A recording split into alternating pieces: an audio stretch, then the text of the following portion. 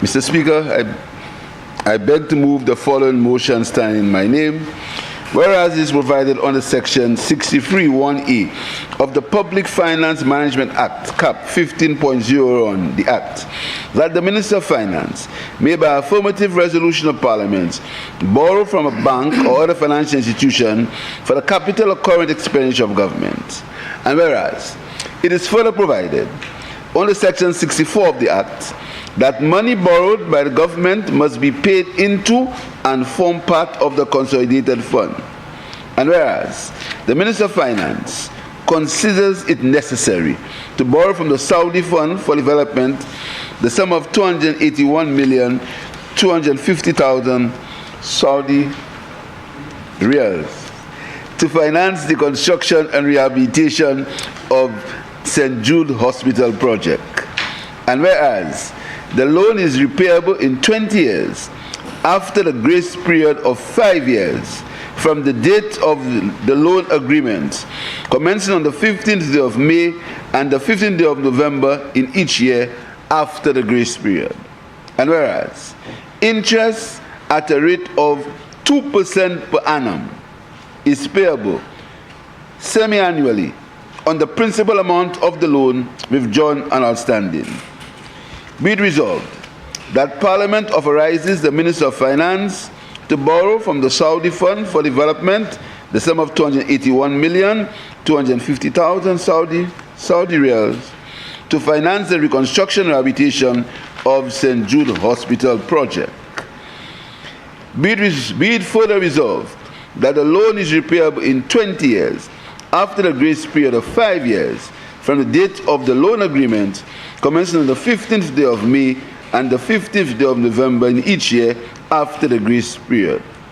Interest at a rate of 2% per annum is payable semi-annually on the principal amount of the loan withdrawn and outstanding.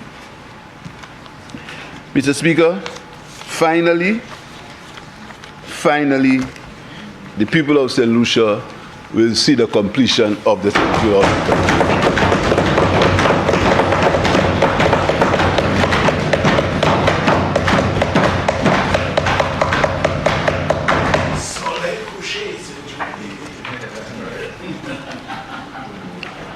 Mr. Speaker,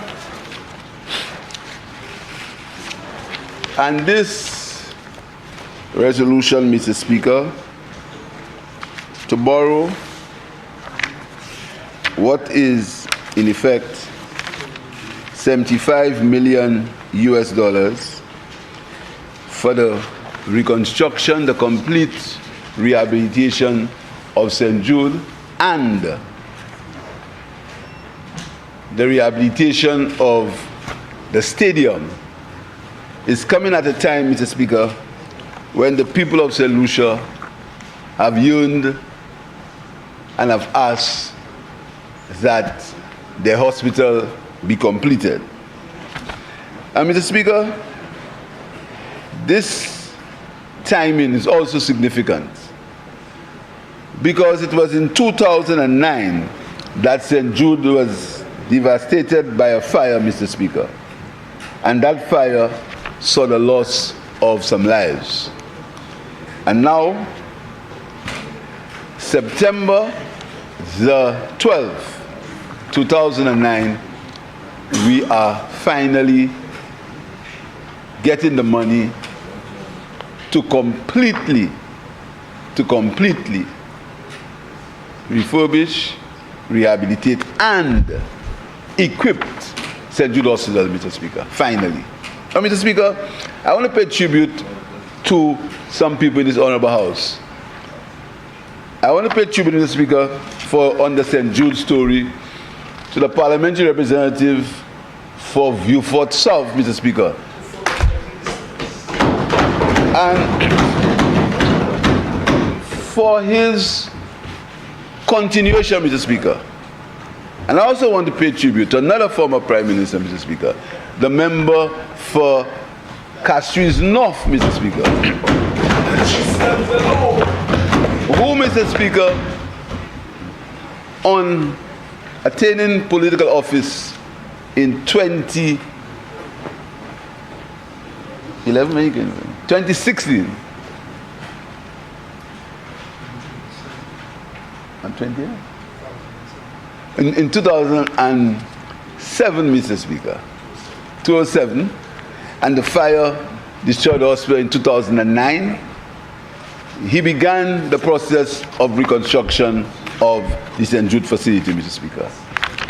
And when the people of St. Lucia made a decision in 2011, which he gladly accepted and understood that the people have a right to make their decision, Mr. Speaker, and he demitted office with dignity, with honor, and never tried to destroy the country that he had sought, that he ruled a few years or days ago, Mr. Speaker. The present government at the time, under Dr. Kenny Anthony, decided that they would have continued work on the St. Jude Hospital, Mr. Speaker. And so the work continued, but at no time did the government ever have a direct line of funding for the construction of the St. Jude Hospital. But with the help of friendly countries, with the help of volunteer organizations, even the help of children who collected funds, Mr. Speaker, both of these prime ministers continued construction of the St. Jude Hospital, Mr. Speaker. And I want to pay tribute to them, Mr. Speaker, in public for their foresight and the understanding that the people's health cannot be treated as a political football. I want to pay tribute to them, Mr. Speaker. I also want to pay tribute for the yellow parliamentary representatives in the area who had suffered the pain of residents at the St. Jude Hospital, suffered the pain, Mr. Speaker, of having to get health service delivered to them from a stadium. And that transition came when the honorable member for Castries North was the Prime Minister, Mr. Speaker. And the members that represented the South constantly and persistently had to be telling their constituents, soon come, soon come, soon come. But, Mr. Speaker, today, I feel humbled, Mr. Speaker, to come to this Parliament, to be able to tell the people of St. Lucia that we found the funding for the St. Jude Hospital.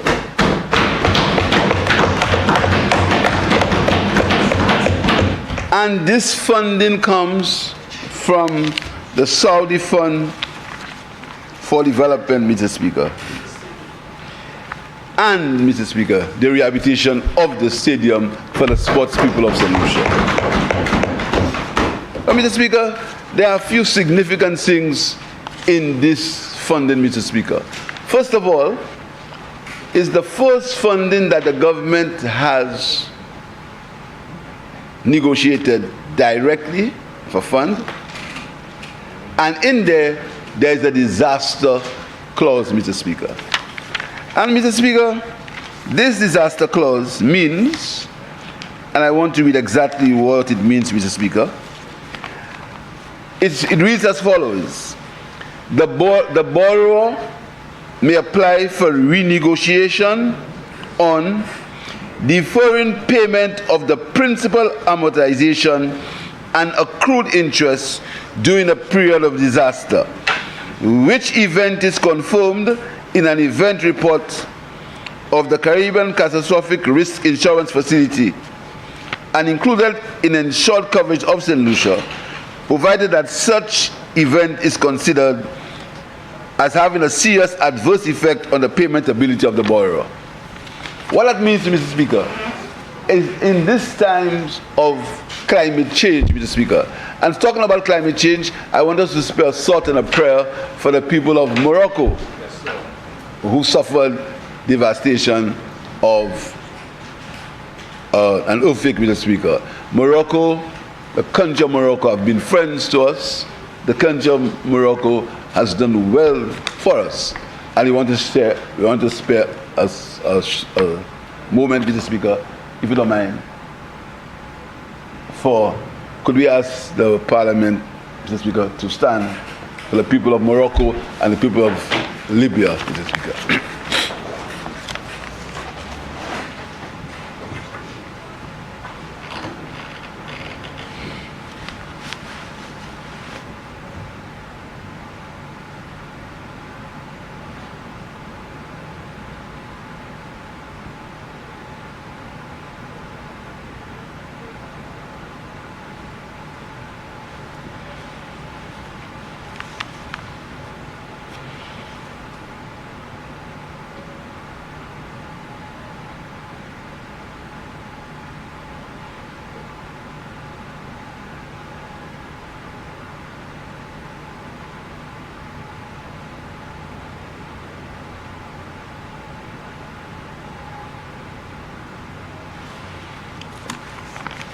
Thank you.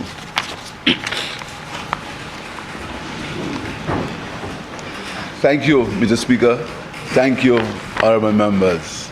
Mr. Speaker, I was saying, and in those times of climate change, Mr. Speaker, when any time, within a few hours, Mr. Speaker, as has been shown in Dominica and in Grenada, Mr. Speaker, and in St. Lucia, although we were fortunate in that wasn't as destructive as Dominica, Hurricane Thomas, and the Christmas Eve storm, the entire economy, the entire GDP of the country can be wiped off. And what is significant, Mr. Speaker, is after these events, we still had to pay our loans. And this is why the world is searching for a new developmental and loan paradigm, where there can be some clause that deals with the vulnerability of our islands. So instead of using the traditional gross national income to measure the strength of an economy, we'll use a multi-vulnerability index that will build into it resilience for disasters, Mr. Speaker. So I'm very pleased to tell you that the government has been able to negotiate a disaster clause, Mr. Speaker, in this agreement with the Saudis for the rehabilitation of St. Jude Hospital and the stadium, Mr. Speaker.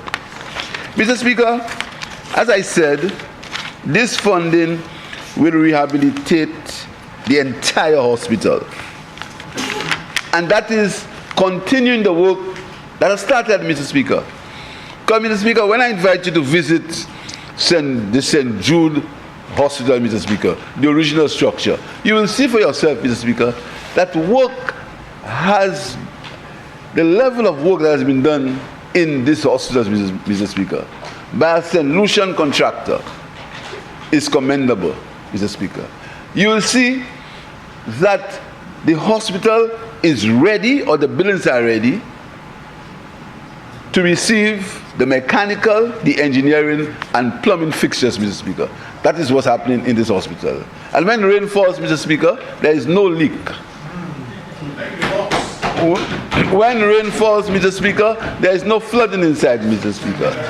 When rain falls, Mr. Speaker, there is no need to seal windows, Mr. Speaker, because what we have is a structure that there's been absolutely no document that is available, no authentic document that's available that says that this structure could not have continued as a hospital, Mr. Speaker. There is absolutely no document, Mr. Speaker. No document, Mr. Speaker. But, Mr. Speaker, that is for another show, because this morning I don't want to get involved in any rancor, Mr. Speaker. This morning we ought to be very happy, Mr. Speaker. Every living St. Lucian, if they love St. Lucia, should be happy to know that St. Jude Hospital, the funding is available to complete it. Because, Mr. Speaker, no St. Lucian should be satisfied with our people receiving medical attention in a stadium. And right on my feet, I want to applaud and thank the doctors and the nurses and the workers and the board of St. Jude and the people who have been providing services to people in a stadium, Mr. Speaker. I want to thank them and no St. Lucian, if you love St. Lucia, today ought to be a day of rejoicing, Mr. Speaker, because finally we can see the light. And we should have the maturity to understand that when it comes to business of health, and when it comes to the business of seeing about the future of the health of the people of St. Lucia, Mr. Speaker, we should be able to bury our pride and say we made a mistake, and we are continuing and supporting what is necessary for the people of the country, Mr. Speaker. So, Mr. Speaker, this loan will do the following. Mr. Speaker, talking about loan, because I know you will tell me about the national debt. This loan, Mr. Speaker, is for about 202 million EC dollars, or 4.3% of the national debt, Mr. Speaker. 4.3% of the national debt, Mr. Speaker, that's what it increased by. And it's concessional in nature, Mr. Speaker, and it's at 2%. It's a fixed rate of 2%, not fluctuating. And again, this is significant, Mr. Speaker, and any student will tell you, with the variations in interest rates in the world as we have now, the fluctuations, you have every day, Mr. Speaker, there are fluctuations in the interest rate, Mr. Speaker. We have negotiated a loan at a fixed rate of 2%, Mr. Speaker, for 20 years. A fixed rate of 2% for 20 years with a 5-year grace period, Mr. Speaker. In these times of fluctuating loan interest, Mr. Speaker. And I dare say, increasing loan interest, Mr. Speaker. This is what we've been able to negotiate for the people of St. Lucia, Mr. Speaker. Exactly. So, Mr. Speaker, this loan will do the following, Mr. Speaker. It will rehabilitate the entire hospital, Mr. Speaker. The entire hospital. That means, Mr. Speaker, that the East Wing, the surgical wing, the West Wing, the laundry maintenance building, the dialysis building, the psychotherapy building, the volunteers' quarters, even the chapel, yes, Mr. Speaker, the isolation and contamination building, and the South Wing, Mr. Speaker, what the Mayor of Beaufort South calls the box, will be preserved and will be allowed, will be used at a latter moment, a latter time, Mr. Speaker, will be preserved. Because you see, if we will not leave the box for rats or for bush or for bats, even though our position is that the box was a waste of time, because this government respects and understands that when money is spent, it doesn't come from our pockets, it comes from the pockets of the taxpayers of St. Lucia, Mr. Speaker, or from the taxpayers of different countries. So we'll not allow it to decay and to allow bush and rats and bats and cows and destroy two buildings. Or to break it down like they broke down the building. We will preserve it. We'll preserve it, Mr. Speaker, for future use. We'll preserve it, even though we do not agree with it, but we'll preserve it, Mr. Speaker. That is how we'll operate, Mr. Speaker, as far as is concerned, Mr. Speaker. Further, Mr. Speaker, this loan, Mr. Speaker, will provide for the hospital all the necessary state-of-the-art technology and equipment that is needed, Mr. Speaker, including security arrangements, etc., Mr. Speaker. And talking about security arrangements, the first thing we did, Mr. Speaker, is we fenced the hospital compound. How can you have a medical facility and the compound is not fenced? The first thing we did, Mr. Speaker, is to fence it, Mr. Speaker. So, Mr. Speaker, this loan will provide all the medical equipment and furniture.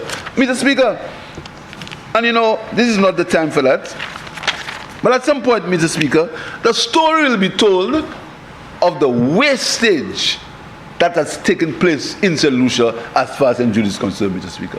Mr. Speaker, I will make a document of the House available to show you millions and millions of dollars of equipment that was purchased and allowed to rot in containers, Mr. Speaker. Millions of dollars of equipment, millions. And some that were taken away and we never get them back. We will bring Mr. Speaker. Not now. And Mr. Speaker, the information is available because what this government did, we allowed people who were working in the system. We didn't bring anybody else. We didn't fire anybody. And I want to tell you, Mr. Speaker, some of these officials are great civil servants, but they were misguided. Some of them are great civil servants. We didn't change, we didn't chop, we didn't send people home, Mr. Speaker. All the people who were involved in the St. Jude Hospital project, they are still working there today, all of them. We didn't send them home because we had nothing to hide. So, Mr. Speaker, there are containers and containers and containers of equipment, Mr. Speaker. And Mr. Speaker, sometimes when you're in government, you can't respond to anybody, to people who have nothing doing. You have to keep focus, Mr. Speaker. And that is why this government is keeping focus. We are keeping our eye on what is necessary for the improvement of life for the people of St. Lucia. That's what we're doing. So we're not running and answer everything, Mr. Speaker. We're not. But the evidence is there. So, Mr. Speaker, this loan is going to ensure that all the equipment needed for the hospital, Mr. Speaker, is available. Is available. And we have already started negotiations with the people at St. Jude for the transition into the new hospital, Mr. Speaker. But having said so, there are people who were paid money for equipment. There were people who were paid taxpayers' money for equipment, Mr. Speaker. And one day, a gentleman came to me and said to me, he said, Prime Minister, you seem to be running a country that's very rich. I said, what do you mean? And the evidence is available.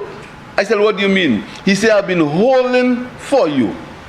I've been holding for you $1.2 million. 1.8, thank you, Minister, because you met him. $1.8 million of equipment for the St. Jude Hospital, Mr. Speaker. And he could not understand why we hadn't, because he'd visited the original building, he'd seen the equipment could be used. He could not understand why that equipment was not used. $1.8 million. So he said he'd have to reconfigure, and the Minister of Health met him, and that equipment will be put into the new hospital, Mr. Speaker. $1.8 million in a supplier's hands. It was there, I think 2019 or 2018, Mr. Speaker. He said he had that money.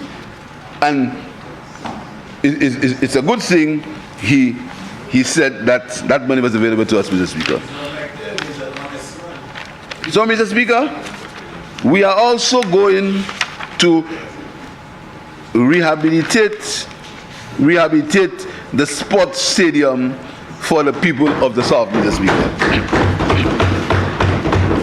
So this 202 million EC dollars, Mr. Speaker, will give the country a state-of-the-art facility, will increase the national debt by 4.3%. But when it comes to the people's health, Mr. Speaker, we cannot look at what it increased the national debt by, because the health of the nation is the most important, Mr. Speaker, and you can have no economy if the people are not healthy. So we make no apologies for increasing the national debt by 4.3% to fund a hospital that is needed by the people of St. Lucia, Mr. Speaker. So, Mr. Speaker, as I said earlier, I thank the Saudi Fund for Development, Mr. Speaker, and I apologize to them for all the unsavory things that have been said about them, Mr. Speaker. I apologize to them and say to them that the majority of people in St. Lucia, Mr. Speaker, are very happy and thankful for the fact that they are providing to the people of St. Lucia a loan at 2% interest, with a disaster clause, 5 years grace, and to be paid in 20 years, Mr. Speaker. And that loan, we deal with, as I said, in the building and civil works, supply installation of medical devices and equipment, Mr. Speaker, and provide consulting services. And further, Mr. Speaker, the loan will ensure the loan is up to, it has an expiry date, is up to 2028. Up to 2028. It has an expiry date, Mr. So we can use it between now and 2028. Up to 2028, Mr. Speaker. So, Mr. What will happen between that time and that time is up to you to think of, Mr. Speaker. But I can tell you that I'm very, Mr. Speaker, it's one of the happiest days of my parliamentary journey, Mr. Speaker, to stand in this honorable house with a group of men and women of like mind, of like purpose, and say to the people of St. Lucia that we have the money when the process is complete to completely and finally make St. Jude Hospital available to the public of St. Lucia and the people of South in particular. I thank you, Mr. Speaker.